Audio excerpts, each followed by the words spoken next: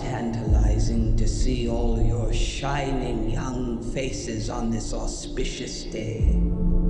I am Dr. Volumnia Gall, your humble head game maker in charge of the War Department and all its affiliated concerns. I am honored to introduce to you the creator of the Hunger Games themselves, Dean Casca Highbottom.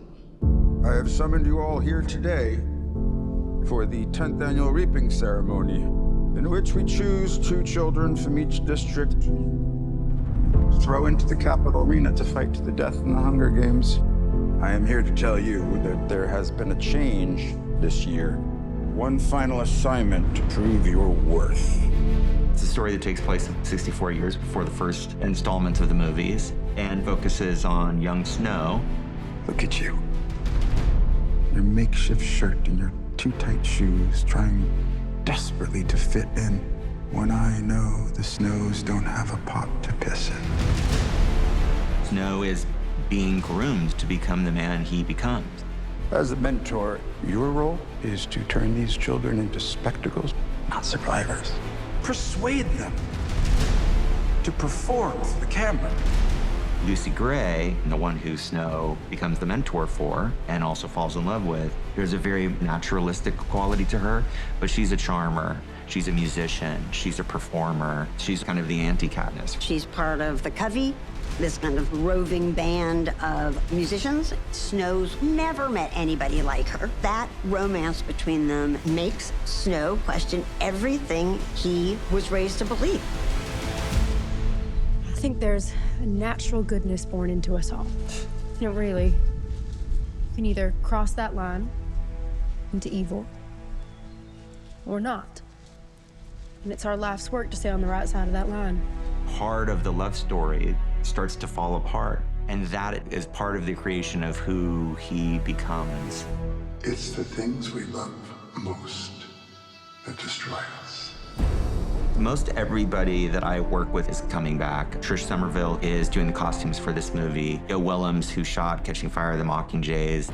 The one new person that I'm really excited about is Uli Hanisch, who's the production designer. We talked about the sort of look and the feel of the movie. The visuals of this movie will be very different than Mockingjay, but there's real consistency in terms of the Capitol architecture.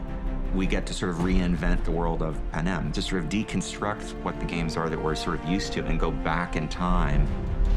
It wasn't until I read it that I saw how much music was actually in here. And we met with Dave Cobb. He's a fantastic songwriter and producer. It's going to be fun to take all this history of British Isles music and Southern music and mash it all together in this dystopian way in this future. James Newton Howard. It's my 4th Hunger Games film with him. The musical opportunity is great. Relationships are very powerful in the movie. The good and the bad are very clearly laid out. For James and I, it was really fun to explore a new sound for the Hunger Games. Sometimes it's foot stomping and rousing, and sometimes it's haunting, mysterious, and a lot of that is based on the kind of period of the movie itself. But there's going to be some familiar elements as well. Hanging Tree is back in a completely different iteration and treatment. Here, we get to see Lucy Gray coming up with it for the first time.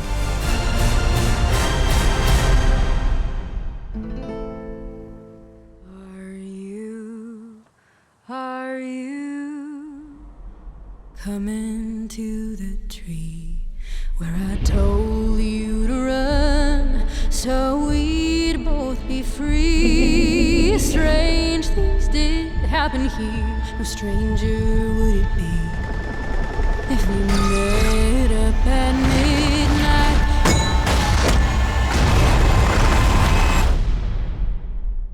In the hanging tree.